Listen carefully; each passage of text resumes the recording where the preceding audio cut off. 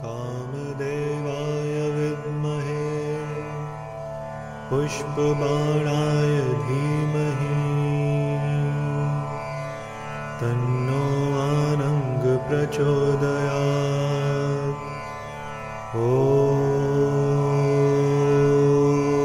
Happy holidays, everyone, and thank you for coming to the Inner Peace Lighthouse. Today we're going to talk about a very important topic, a very fun topic, love, the inner dynamics of relationships, not just love relationships, but relationships period, and how they interact with one another. Before we get started, I want to first preface this with there are many paths of enlightenment, many paths to happiness.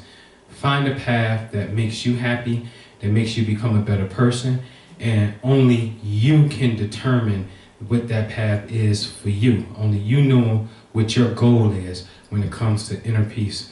What we offer here at the Inner Peace Lighthouse is a technique called cosmic yoga. And cosmic simply meaning a recognition and a respect and an understanding of celestial bodies in the sky, especially our solar system, the sun, moon, and planets and different stars. And yoga just simply means to unite, a unification. So we're uniting ourselves with the cosmic system that we are a part of. I also want to share with you the reason that you saw the picture with the light, a purple light coming from my spiritual vision center, what you would call pineal gland or third eye. The spiritual vision center is because we have got to a point in my own cultivation of studying light and spirituality, all right, with these cosmic forces of light. And this is very important. And you saw another quick little video clip of Don Baba, who is a Kriya Yoga practitioner, who obviously is in tune with the light. And you saw how that same purple light had manifested and was shining upon him because light is intelligent. And this phenomenon is known as the violet flame. The violet flame, violet is supposed to represent a what you would call your crown chakra, right? The seal right here with the soft spot of the baby. They call this the imprint or the doorway for the human soul to come in, that soft spot, you see. And that color represents the crowning, the illumination. It's the what we would call the highest color in the color spectrum, or what we call Roy G. Biv, all right? So the violet flame, since it represents the highest color in the color spectrum, it is talking about the evolution of your consciousness, the evolution of your soul, because your soul is light. So before we can even get into love, before we can even really get into love, before we can get into relationships, we have to understand that we are light, and the love that we have is cultivated from the heart. The heart is a generator of light, the heartbeat, the pulse, right? Without the pulse, there's flatline, nothing. The paramedics come, charge, put the paddles on you, and hit you with electricity, you come back to life. So they put juice in you, electricity in you, because you are light, and light is very intelligent, all right? So the heart, there's something in the heart called the SV node. This is something that we teach. In fact, the upcoming class that we have on Valentine's Day, February 14th, is an introduction to inner peace. It's a 4-week dialogue and some exercises that you want to do to come into inner peace and awaken the energy that's inside of you. So the human heart has something called the SV node that generates electricity right here, okay? So one of the highest things that we could do,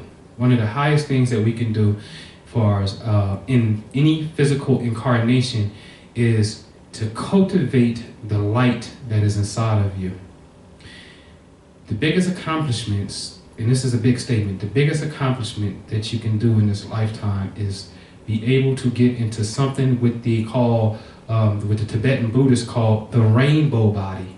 It's when you cultivate your soul and your inner being and your outer being so much so that your body at the time of physical transition turns into light. And that light that comes, it actually comes in the form of a rainbow. That's why it's called the rainbow body. And you don't bury the body. The body, when the master dies, who reached this particular level, you can just leave them alone and their body will start to shrink. The only thing that would be left is the hair and the nails. The teeth are gone, the bones are gone, the skin are gone, everything has been dissolved, and it's accompanied by a bright light. That's very phenomenal. This is a fact. It's called the rainbow body. You can Google this, you can research it. So if that is a phenomenon, and it is, and we can see various pictures of certain spiritual masters with light around them, then one of the highest things that you can do, the highest things that you can do for yourself in any physical incarnation, is to get yourself to become one with that light and to generate that light. And then when you cross over, your body turns into pure light. Okay? So, since we live in a place that is full of light, our place is about a recognition of the sun. The sun is the light generator, because we're light. The sun gives us light. Without the physical sun, we would be dead in about 8 minutes. All right?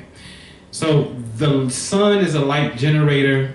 The sun that we know, for those of us in the northern hemisphere, we know that in the middle of the summer, this is when the sun does what it does best, right? It gives off this energy. And the ancients noted that the sun is when the sun is in front of the constellation Leo, the sun does extremely well here. Leo comes in the middle of the summer. So this is the zodiac sign that the sun feels comfortable in. The sun rules this sign, as they would say it. So the sun in Leo deals with vitality, because the sun is life force, so it gives us vitality. And it rules the heart, which is the light generator. And it also rules our spine.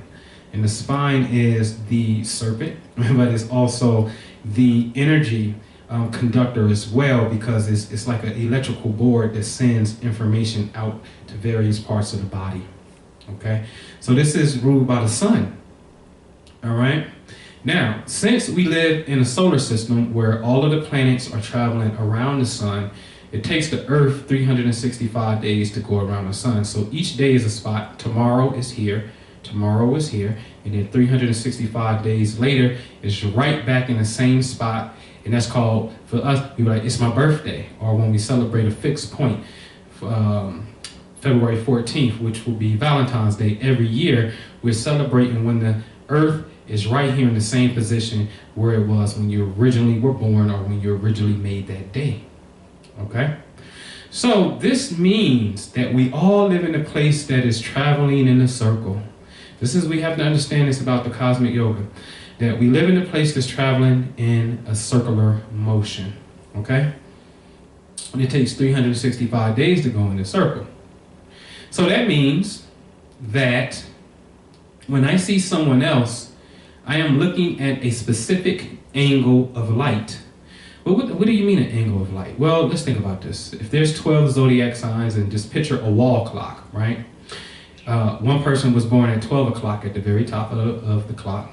And another person, let's just say, was born at 3 o'clock, all right? This would be Pisces, which is the 12th sign, and Gemini, which is the 3rd sign. And if you wanted to measure that angle in reference to the sun, because the Earth was at 12 o'clock, and then let's say the Earth was at 3 o'clock for the other person, if we wanted to say the sun was in the middle of the wall clock, if we measured that angle, it'd be a 90-degree angle. One is at the top, and one is going horizontal. So it'll look like this, right? So that is a 90-degree angle. Well, that angle is how I see this person in reference to where my light station was, where the Earth and Sun was when I was born. You see? So when I see someone, they represent a cosmic station. They have a birthday or a zodiac sign. And there is since we live in a circle, there's a way for me to measure their station, birthday, to my station, my birthday. You understand? And that angle is intelligent. That angle will tell me if it can be strenuous or if it can be more compatible. Okay? So this is just a basic aspect of what's happening. So we're actually seeing a person as an angle of light, because remember, they have light inside of them. They're a representation of light. Everyone is. So when we see people, we're looking at angles of light. All right? Now, I created something called the Love Post. All right? And it is understanding these cosmic forces, which we're going to talk about, and how we can tell if energy is positive or negative. And one thing about this is we get to identify patterns. Patterns are very, very important. So let's just say, for example, that we go back to that 3 o'clock scenario. One person's here at 3 and another person's right here at 12. And we say this is a 90-degree angle. This square, a square is known to cause friction. Okay? So let's just say, that's a little, I don't know, you're really going to have to work and put your consciousness to it to make it work. Your consciousness can make anything work. So let me be clear on that. Your consciousness can make anything work as long as you have a mutual agreement. You can do whatever you want. All right? So it's a little strenuous. All right? Well, for that particular marking, let's just say that's a negative. So if we start, let's just say a 0, flat line, the first interaction, your birthday to birthday, in a sense, let's say that's negative. So I look at another interaction that you have, because we have these interactions with people, right? And cosmically, based off where planets were born, where the planets were positioned at when each person was born. So when we look at another interaction, let's say that interaction is positive. So since it started off with with one negative, you go down. And then if it's positive, you go up. And say the next interaction is a positive one. You go up to +1. And say the next interaction is negative, so you come back down to 0. So the next interaction is positive, you go back up to 1. The next interaction is positive, go up to 2. Next interaction is negative, you go down to +1. You see? So basically, we figured out a formula with the cosmic forces where we can put this in a chart faction in a wave form called a pulse. That's what the heart does. It beats in the form of electricity. Electricity and life force travels like a serpent. It's the energy that's inside of you. All right? So we can see energetic patterns. The patterns are very unique here because if a relationship can start off rocky and then it can start to go up. And each point will represent a particular interaction. Since the interaction deals with planetary energy, we then can be able to tell you the timeline of the cycle involved. Like it takes the Earth 365 days to move in a circle, a full circle, you see? So we see patterns, energy, and most importantly, we can isolate the energy. That is very, very important, and we're going to talk about that, all right? So let's talk about wave interference, because we're light, and light travels in the form of a wave. And when I use the term interference, interference simply means interaction. You can Google this. And when you study wave interference, there's only 2 things that is going to happen. The first thing is you're going to either create a constructive pattern, what's called constructive interference. Constructive interference works like this. Let's just say you're looking at the beach, you're on the beach, and you see a tidal wave. A tidal wave is nothing more than a collective of waves who came together, got on the same plane, and they became bigger, going in the same direction. That's called constructive interference because it's going in the same direction. Destructive interference is when you have a wave coming to the shore, and then as the wave goes out, you have more waves coming in and they cancel each other out. So in simple mathematics, let's just say you had a wave that was 2 feet high coming towards the shore, and then you got a wave that's 2 feet high going away from the shore. They cancel each other out to 0 to make it 0 feet. You see? They cancel each other out. See, there's a way now where we can measure the cosmic forces that are inside of you by understanding your birthday. That's what we're really getting at here. All right? So, we have to understand that every person has constructive energy inside of them just as a person by themselves. And some people do have destructive energy inside of them all by themselves. Yet alone, this person has positive and or what we call constructive and destructive energy. This person has positive and or constructive and destructive energy, and they come together and they bring their constructive and destructive energies to one another. And then next thing you know, time go past and you break up. And it's just like because you think it's because it's all of these other things. But the truth of the matter is you don't know that you are attracted to negative energy. How else could you have had the experience when you have it inside of you? It's a good chance that you have it inside of you as well. talking about the cosmic light force inside of you, see? So you're attracted to it. And there's a way that you can define it, you can give it purpose, and you can build on that and really go places, really go to a high spiritual lofty place, all right? We call some of this energy either negative or positive when we deal with constructive energy or destructive energy and how it works in our reality. Every male also has female energy inside of him. Just a little bit. Some of us may have, more than the average. But you have the opposite sex inside of you. Women have a little bit of testosterone. Men have a little bit of estrogen. The Chinese philosophy, when we were just talking about this constructive and destructive, male, female, negative, positive, is yin-yang energy, right? So in the sake of gender identification, let's say a woman is yin-yang. She's more yin, but she has an aspect of yang.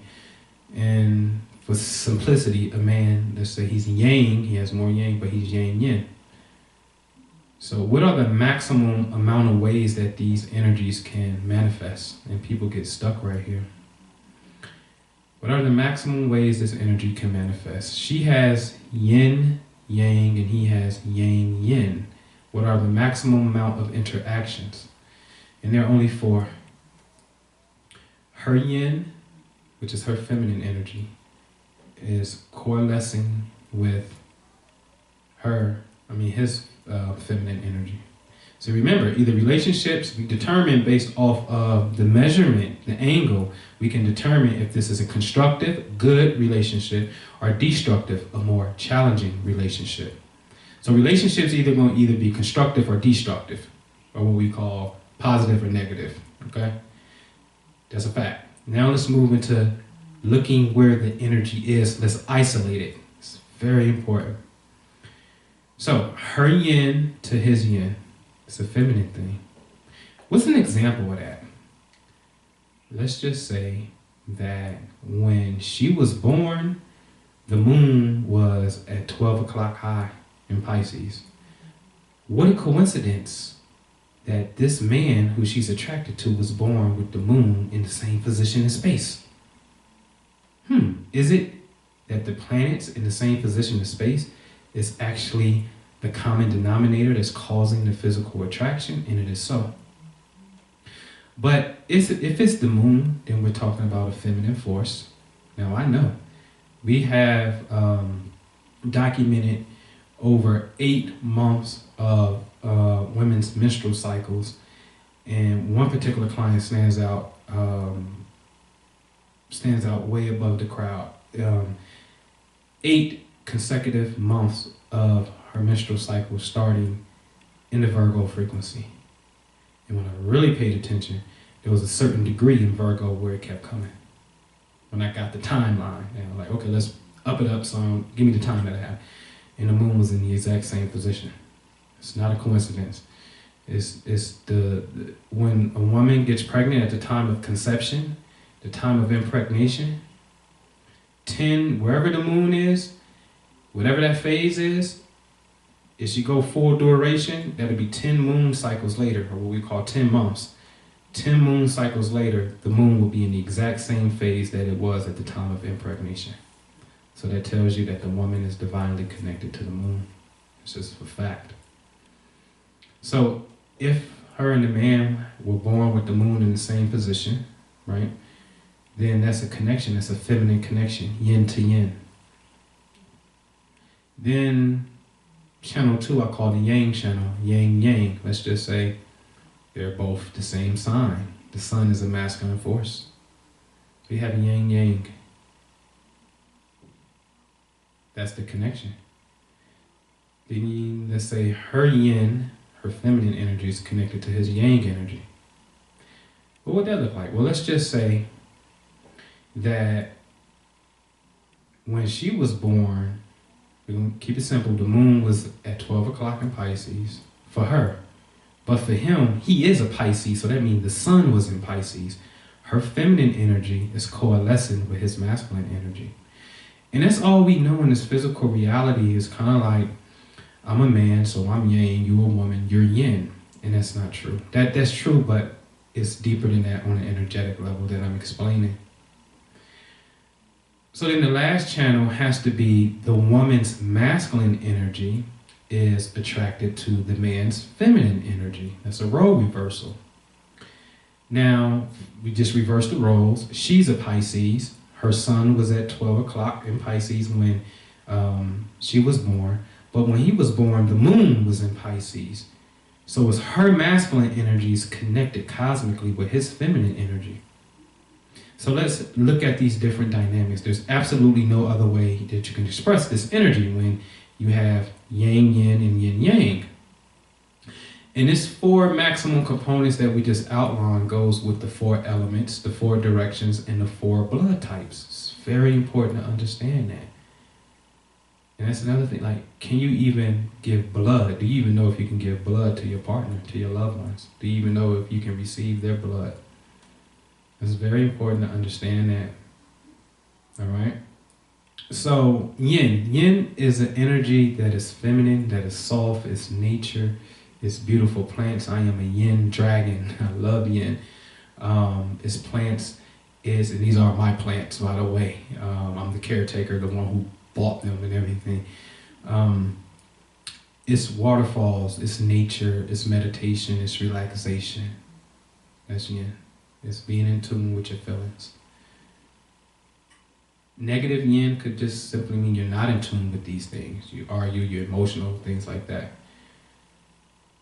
Yang is very outgoing and assertive. It needs something to physically do, exercising, physically working out till you're physically sweating. Very should be goal orientated because it has a lot of energy. Workout, I recommend couples who have yang energy to work out and have goals because yin just has to physically exhaust itself, whereas the yin and yang has to exhaust itself. Yin is more receptive and magnetic, whereas yang is electrical and outgoing. Yin yang is beautiful because it matches the physical gender. Okay? So she's a woman, or the person plays the feminine role, and this person plays the masculine role. It works perfect because it matches the identity of the roles that you are. When there's a role reversal, this is good too.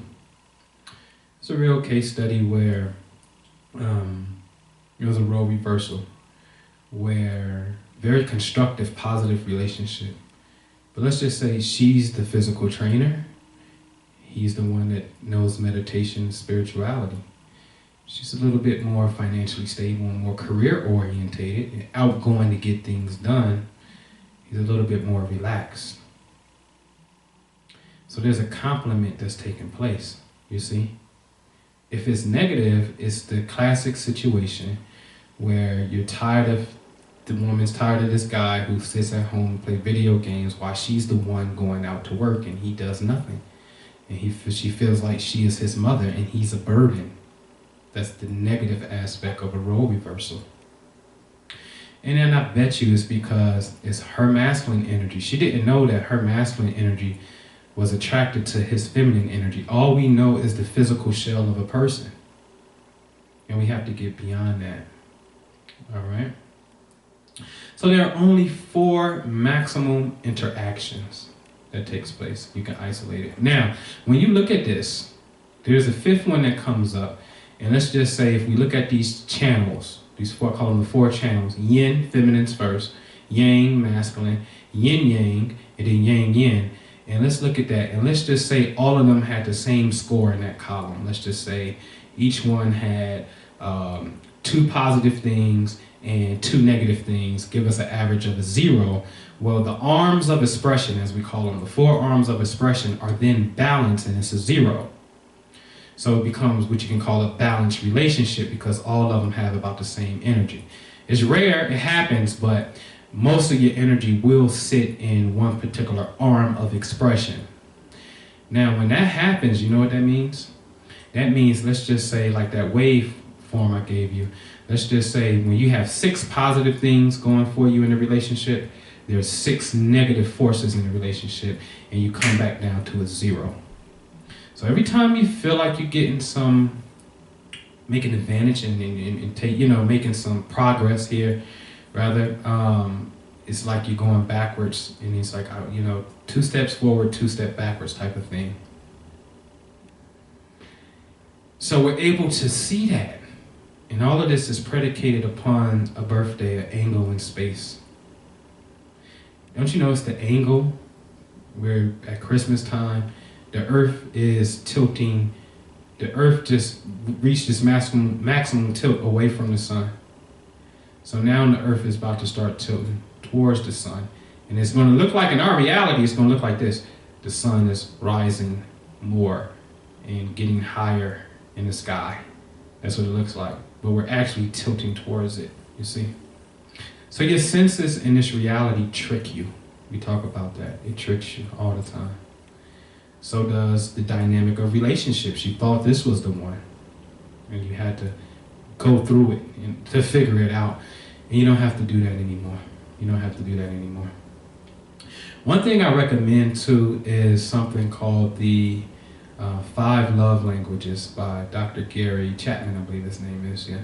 And it's a free test that you can take. I love it. It's awesome. I think you should want to know as a person what your love language is in that sense. And we deal more with the energetic factors, but you should know what those 5 love languages are. Are you a touch person?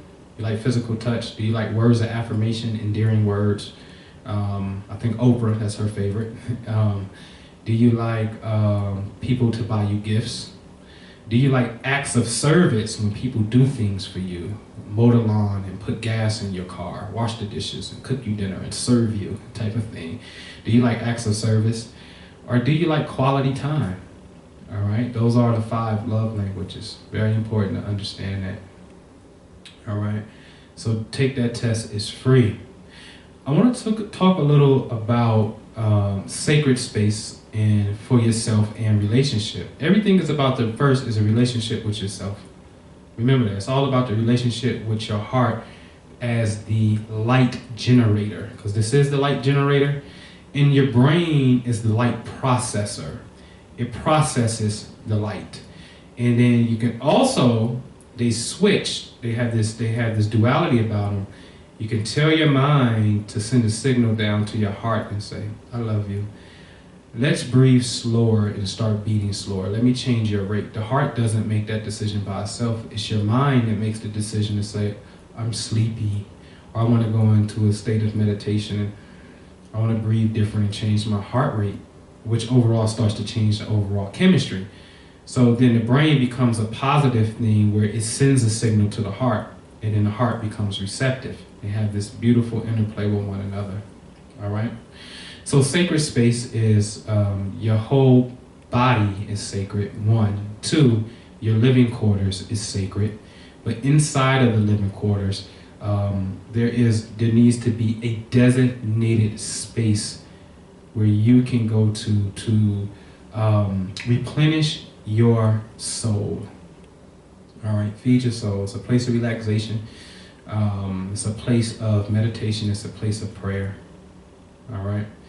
And inside of this place, you definitely don't wear physical shoes that you wear outside. In fact, don't even let nobody wear shoes in your house. Like, that's not clean. Make them take their shoes off, all right? And before you enter this sacred space, you should wash your hands, wash your face behind your ears, and because you're doing a purification process before you enter the Holy Land in your sacred space. Inside of the sacred space for relationships, I strongly recommend that you sit next to each other, right? You sit next to each other, like me and Shrima, we sit next to each other. And because you don't want to face off. The face-off energy is competitive sometimes. Cosmically, it represents opposition. There's nothing wrong with that. It could be a balance if you're conscious enough. But the energy sometimes is too much, and it needs to be side by side, which the old expression of a woman is a part of man's heart. When we understand that Adam and Eve, the ribs protects the vital organs. So she's a part of man's heart side by side. Okay? You can't have something in between you. And we'll talk about that. And that could be something that represents the angelic force, because angelic forces, whether they be Michael, Gabriel, or you get into different pantheons, they're still forces, no matter what spiritual system you're part of. These forces are represented by certain star points, all right? Like the 4 seasons and the 4 directions. Let's just say each archangel, the 4 of them, rule a particular direction. So if there's 12 zodiac signs, then that means this direction has, let's just say the east is Aries, Taurus, and Gemini. And let's just say the next 3 signs, Cancer, Leo, Virgo, is over here in the south, right? Then let's just say signs 7, 8, and 9, which is Libra, Scorpio, and Sagittarius over here in the west. And then the last 3 would be in the north, which would be signs 10, 11, and 12, which would be Capricorn, Aquarius, and Pisces. And let's just say these 4 quadrants of space, these 4 directions, an archangel represents that. Now, how can we understand where the angelic force? Because in relationships, all relationships have a hidden birthday. It's very important to understand this. All relationships have a hidden birthday. It's not necessarily the anniversary, nor is it, but this is a very important imprint, the first time you have sex, you're swapping chemicals, so that is an alchemical union, and that leaves an imprint in space. And that can become dangerous if you don't know what you're doing.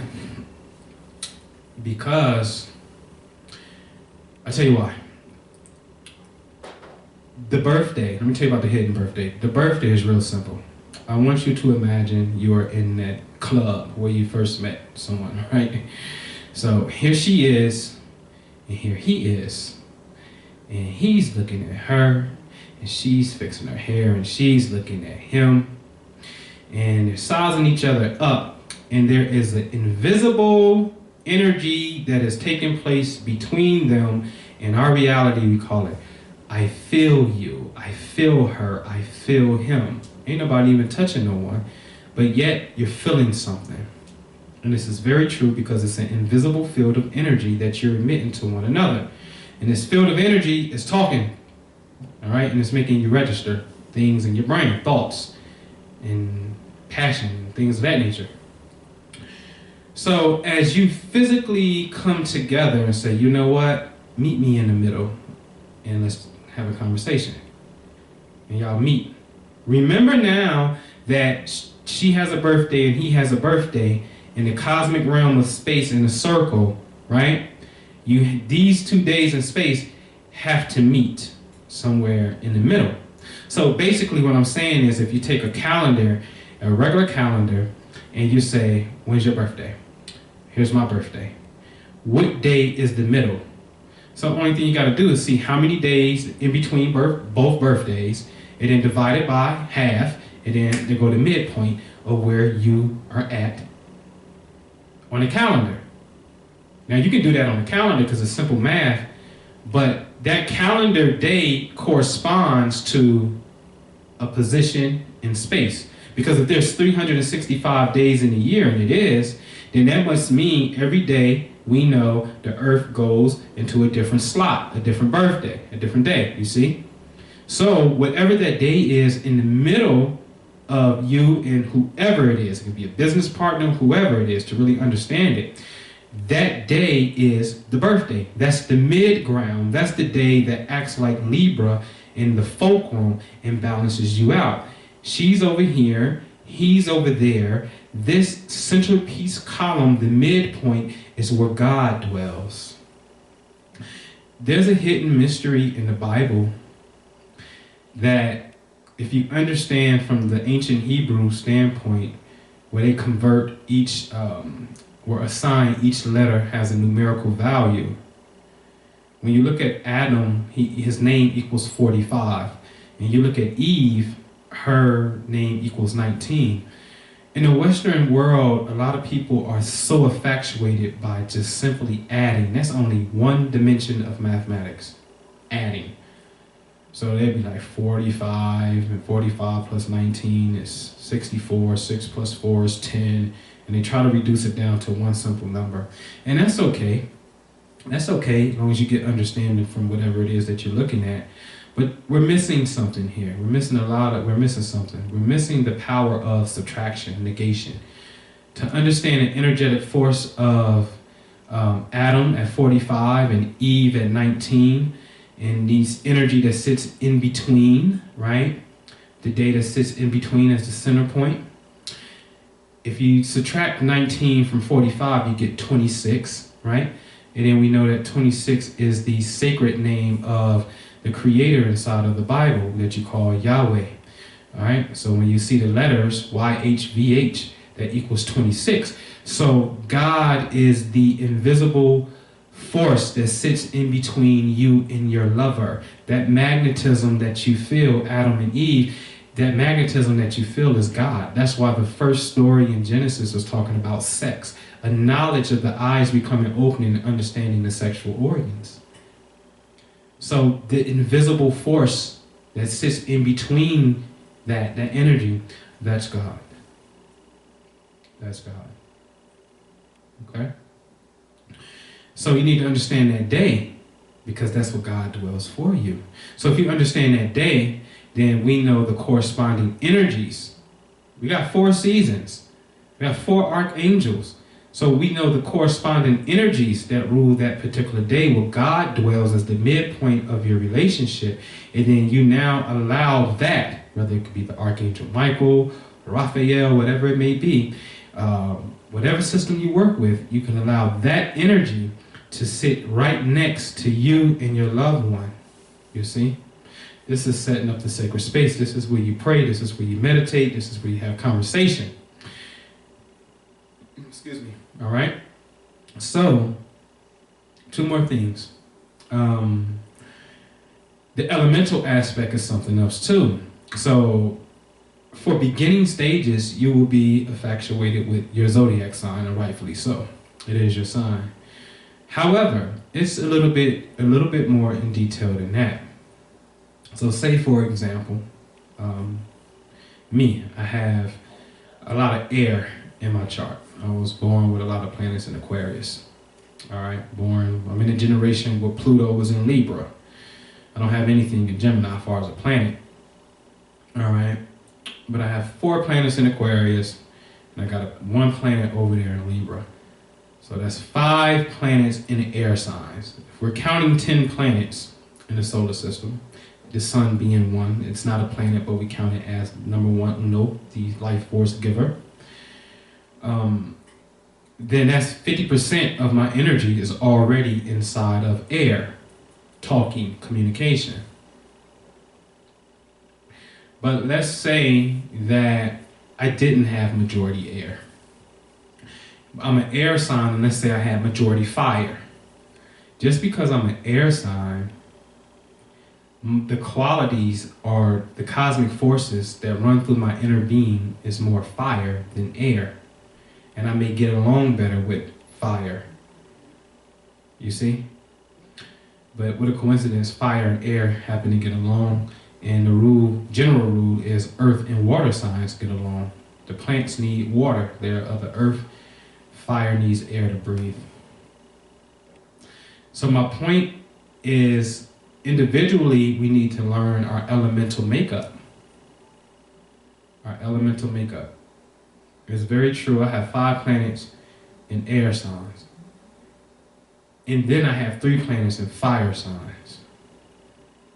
There go 8 planets. There's only 2 planets left. I'm in a generation where Uranus was in Scorpio. Right? Uranus was in Scorpio. All right. And so therefore, I'm saying that to say that when I look at the energy of myself, I am a 8 to 2 ratio because fire and air represents the masculine, outgoing yang force, and water and earth represents the feminine, passive, receptive, magnetic force. You see? So even though I'm majority yang, I balance myself by doing yin things. You see? Bring myself back into balance. So I'm saying that to say that Michael Jackson was a perfect example.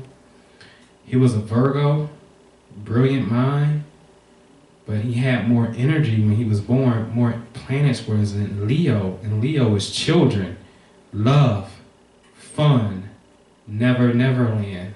You see how that turns out? Because his energetic expression was more of Leo. It's not that he's not a Virgo, he is that.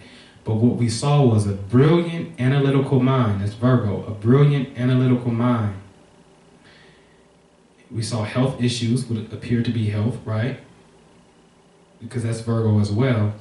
But we saw his most happiest moments in another frequency called Leo, children, love, fun, neverland. All right? We're going to close this out with something that we need to think about and know is CRP. All relationships need to have a CRP. What is CRP? Conflict Resolution Plan. And remember, see, we have to create the cosmic couple. This what this path is about, is understanding these forces. Understanding when you can be angry, when it can happen. And negating it so it won't happen. And always staying in the optimal state of your desire is the key. Now, if you have a conflict, because it's going to arise, you have to know that the conflict usually is stimulated by some type of event that takes place. It's an event. Didn't leave, keep leaving the toilet seat up, or didn't pay this, or whatever it is, it's an event. In the face of conflict, if you go to your sacred space, but you must wash your face and wash your hands first. In Islam, they call it make wudu, sign of purification first. You immediately are washing and dissolving the anger because you know in your holy space that you do not bring negative energy in there purposely. Now, in the advent of the negative event that takes place, what you gonna do? You gonna walk in there with your shoes on? You not gonna wash your face? You not gonna wash your hands this time because you mad? You can do that if you want to, but you know that when you do that, you're bogus in that very moment. You know that's not right for you to do that. So you're very bogus for that, and that's something that you will have to work on for yourself before you can even deal with the issue at hand. You got to deal with what makes you override the purpose of your sacred space. So you start to dissolve the energy instantly, and washing. Water changes your magnetic field, your aura, basically. You come into your sacred space. You pray because you have the correct altars and energies that set up. You already know the correct altars represent the correct energies that represent the midpoint of the relationship. You pray for understanding and successful resolution. So, one person, and you can have a talking stick or a heart. I got this from Sedona, from the Heart Man in Sedona. And you can have anything, and whoever has it is the person that is just the only person that can talk. No interrupting. You better take notes mentally or write them down if you got something. So it goes like this. It's role play. It goes like this. You know, I disagree with you spending all of the money on this new car. Okay? I know you want the car, but it just don't make sense to me if you go get this car. And I'll tell you why, because we could be doing X, Y, Z, a lot of other things. And the other person says, well, I understand that, but this is my dream car, and I got it, I can get it again. It's my money anyway, and this is what I'm going to do. So at that point, the person already heard my argument and why I'm in disagreement. She didn't say, or they didn't say, hey, I'm in agreement with you in the resolution. That can happen. But they still hold their ground. At that point, I have a decision to make. And my decision to make is relationships need a sheftun, as they call it in Hebrew, or what's known as a judge, a spiritual advisor, an elder, that the relationship nominates as the person who can adjudicate over matters. And this is a beautiful thing, because I'm going to tell you what it does. At this moment that she doesn't want to agree with me, then I'm going to say, if I feel strongly enough about it, I can just say, okay, go ahead, it's your money. But if I feel strongly about it, I can say, you know what? I'm going to call Minister Jew up and see what he think about this. All right? And at this point, we're calling our judge, our spiritual advisor, whose job is to offer wisdom and understanding. And since we now take it there, guess what? We're not in the house fighting and arguing. That's the important thing about it. We're not doing that. So Minister Jew says, well, hey, it's her money and she worked hard for it. I'm in agreement with her. I have to accept that. Get a new judge, but I have to accept that. It's fine. That's fine. Most importantly, again, I say it again, we never breach that thin line in relationships that we have where, you know, in the beginning, you wouldn't dare call somebody a curse word. You wouldn't dare tell them to shut up. But as relationships progress, both people's individual magnetic fields are shrinking and being depleted from one another, all right, because they don't know how to consciously bring up their vibrations and maintain it. So they're being depleted by one another. And this obviously it creates friction.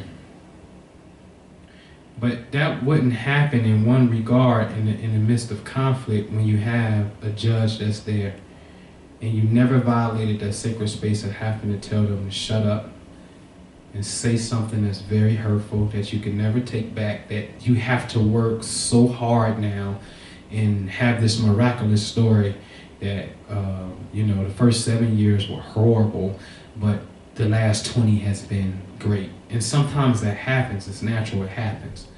But nobody raises their hand and say, do you want to have a horrible relationship? Raise your hand right now. Do you want to get with somebody and break up? Raise your hand right now. We don't consciously do that, but that becomes the likely outcome of many relationships because we are ignorant of cosmic forces. We're ignorant of who we are. And we do not put the necessary parameters around a relationship that keep us in the safe zone, or what we call in the honeymoon zone. The honeymoon was all good. It was all good at the honeymoon, but after that, it ain't even been the same since. That level of happiness wasn't there. So it's like that was just the wedding, the coming together and the celebration is more like it's for show than it is anything else. Because we have to learn the inner dynamics of how this works. It's a fact that you are affected by the sun. That's a fact. It's a fact that women have a relationship with the moon. It's a fact. It's a fact that we have relationships with other planetary bodies and their frequency or vibrations that they emit within the cosmos in our solar system. Some of these things in the morning or at night, depending on what time of year it is, some of these things look like stars, and they're not stars, they're actually planets. But you think it's a star, and it's an actual planet. And the mere fact that you see it technically means the light of that particular planet, whether it's reflecting the light of the sun, the light of that particular planet is actually striking your eyes, obviously, your nerves, and it's traveling to the back of your brain called the occipital lobe, right here in the back of the brain. So when you see these planetary bodies or anything that you see, technically, energetically, that which you're seeing is massaging the back of your brain. That's how you can register it as something that you see. So whatever that you see technically just came inside of your inner being. You see? So when you see these things have an effect on you because it's inside of you. You see? It's inside of you. And this is why you can remember things. You can remember your first car. You can remember the color of it. You can remember these things because it lives inside of you. It lives inside of you. Okay? So again, join us for February 14th, Valentine's Day. Join us. We are going to launch off. The class is going to be in the evening. This is called an Introduction to Inner Peace. All right?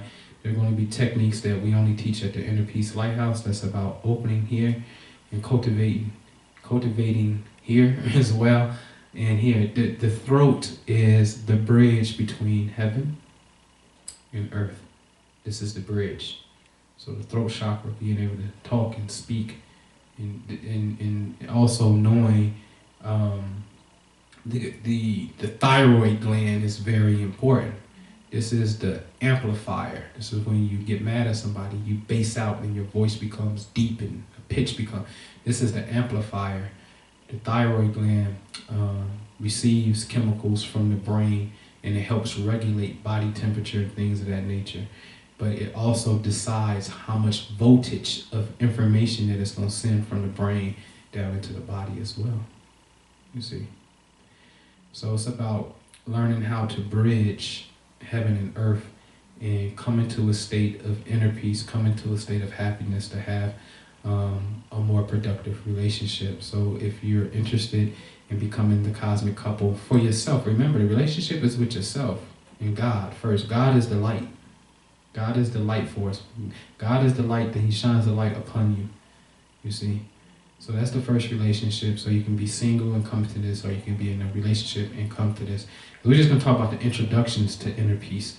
It has nothing to do with the cosmic couple and the dynamics. But if you're interested for a private consultation on that, then you can just go to My Astrology Coach, hit the consultation tab, and you will see relationships. And you can just click on the relationship tab, and it's all right there and laid out perfectly for you. So again, Happy New Year. Celebrate. It is definitely the new year. And I know that we have an audience where you may not think it's the new year because the truth of the matter is Black people have been disenfranchised about certain information, but it is the new year. There's nothing but God in the world, and when I say that, the new year is predicated upon let's say Sirius, the brightest star in the heavens, is right here. The microphone is the earth, and here's the sun. So they line up perfectly with one another. All right, they line up perfectly with one another 2 times per year. So if this is the earth, then you know the earth goes around the sun. So what happens is on January the 1st, here go the brightest star in the heavens, Sirius, here go the earth, and then here go the sun. Perfect alignment. 6 months later, July, around July 1st, that's Canada Day, and July the 4th, Independence Day. Now it switches. It's still Sirius right here, but here comes, now this is the sun, and this is the earth. So when we're on earth, we're actually looking at the sun is in alignment with Sirius, and it's hot as a mug right there at that time too, right? Because this star is so bright and so bright, it's really a sun, but it's so far away, it looks like a star. So its energy is emitting to the sun's receiving that energy, and it's emitting its own light and light from Sirius to the earth, and we call it July the 4th, get the barbecue grill out because it's hot out here, you see. So these alignments of these 3, which represents the 3 wise men, all right, the 3 wise men is talking about this planetary starlight configuration, all right. This what makes it the new year. In Canada's new year, they, like I said, they celebrate the new year when it's the earth, sun, Sirius. We celebrate the new year when it's sun, earth, Sirius. So for the United States, we don't allow the sun to get in the middle of our reality, the Sirius. Sirius is directly aligned with the earth, you see. So it's a beautiful thing. So with that, I leave you in peace and love. Thank you.